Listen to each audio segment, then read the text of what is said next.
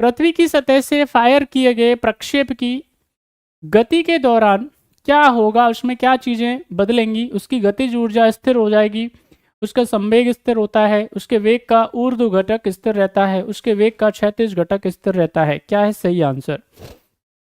During the motion of the projectile fired from the surface of the earth, its kinetic energy remain constant, its momentum remain constant, the vertical component of its velocity remain constant, the horizontal component of its velocity remain constant। क्या constant रहता है? सारे बच्चे जल्दी से answer करिए। During the motion of A projectile fired from the surface of the earth, what happened? जल्दी बताइए, सारे बच्चे स्पीडी आंसर करिए।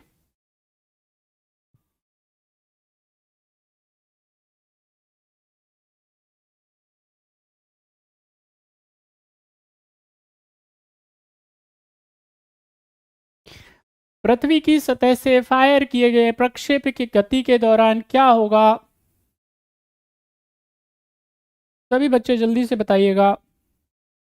अगर हम क्या करें, प्रक्षेप का मतलब कोई भी हम लोग अगर प्रोजेक्टाइल की बात करेंगे, हम यहाँ से कुछ भी प्रक्षेपण करते हैं, चाहे वो सैटेलाइट की बात कर लीजिए या कुछ और की बात कर लीजिए, तो यहाँ पे क्या होगा, यदि यहाँ से अर्थ सरफेस से किसी प्रकार का प्रोजेक्टाइल क्या किया जाता है, अगर फायर किया जाता है, तो वैसी स्थिति में उसके जो वेग का क्षैतिज घटक होता है, उसका जो हॉरिजॉन्टल कंपोनेंट होता है इसकी वेलोसिटी का, वो क्या रहता है? कांस्टेंट रहता है, उसमें परिवर्तन नहीं होता है, उसमें बदलाव नहीं होता है।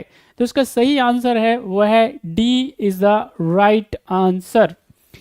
नेक्स्ट क्वेश्चन है आपकी स्क्रीन पे, क्वेश्चन नंबर 5 का आंसर करें जल्दी से और आगे बढ़ें। सवाल है, यदि वस्तु समान समय में असमान दूरी तय करती है तो कहा जाता है कि उसकी गति एक समान है, सरल रेखीय है, असमान है और उसमें इक्विलिब्रियम है। क्या है सही आंसर क्वेश्चन नंबर 5 का? सारे बच्चे आंसर करिए जल्दी से। यदि कोई ऑब्जेक्ट है, if the object travel unequal distance in equal time, its motion is said to be what? क्या है सही answer? Uniform, straight, linear, uneven और इक्विलिब्रियम? सही आंसर क्या है जल्दी बताएं। सारे बच्चे जल्दी से बताइए। यदि कोई वस्तु समान समय में असमान दूरी तय करती है तो कहा जाता है कि उसकी गति कैसी होगी? आप मैथमेटिक्स में पढ़ते हो भाई, असमान है, बात समझ में आ रही है? जब रोड साफ होता है तो कार की स्पीड आपकी बढ़ जाती है 80, 100, है ना, और 120 किलोमीटर पर आवर। और जब सड़क खराब होती है, समझ में आई, रोड में गड्ढे होते हैं, तो क्या होता है, चाल जो होगी आपकी, स्पीड होगी, क्या हो जाएगी? धीमी हो जाएगी, उसमें कमी आ जाएगी। तो यहाँ इसी को क्या बोलते हैं? समान समय में अगर असमान दूरी तय करी जाती है तो इसका सीधा मतलब ये होता है कि उसकी जो गति है, स्पीड है, वो कैसी है? असमान है, अनइवन है। अरे भाई ये बहुत सिंपल सिंपल से क्वेश्चन है यार, बहुत सामान्य सामान्य से सवाल हैं, जनरल इंटेलिजेंस के क्वेश्चन है, इसमें ज़्यादा तकलीफ की बात नहीं है। अगर आप ध्यान से क्वेश्चन को पढ़ लोगे आपका काम बन जाएगा, उसमें कोई प्रॉब्लम ही नहीं है,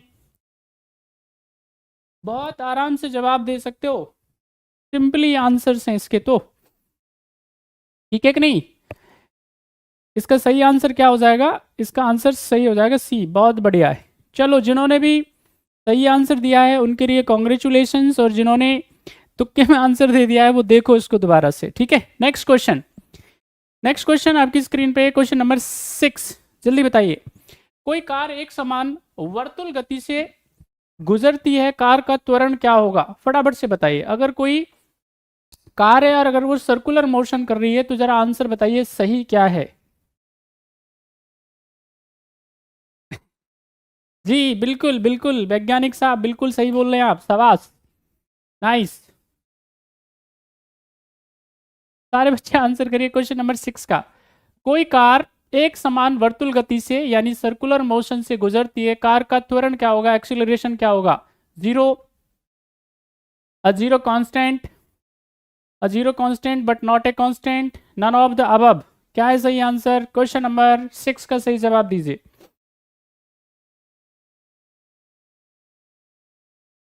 सभी बच्चे जो जो महारथी कक्षा में हैं आंसर करें।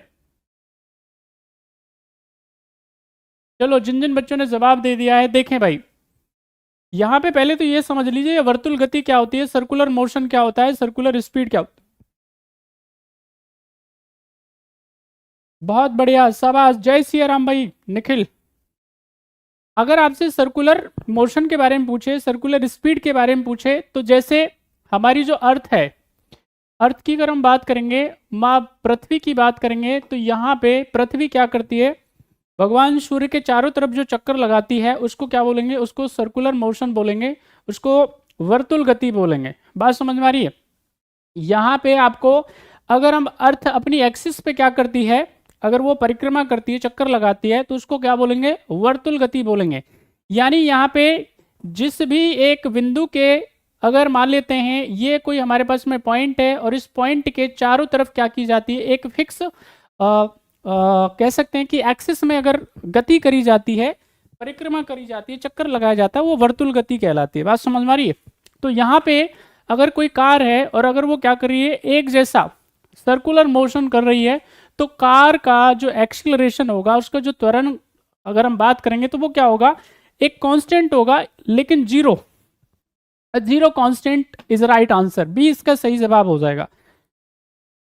हमने आपको बताया एक्सीलरेशन के बारे में, हमने बताया आपको संवेग में परिवर्तन की दर जो होती है, या सॉरी माफ कीजिए, वेग में परिवर्तन की दर जो होती है ना, वो क्या होता है, उसको बोलते हैं आप एक्सीलरेशन, यानी डेल वी अपॉन के डेल टी।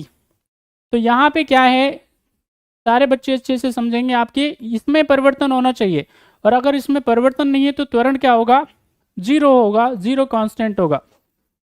राइट आंसर इसका बी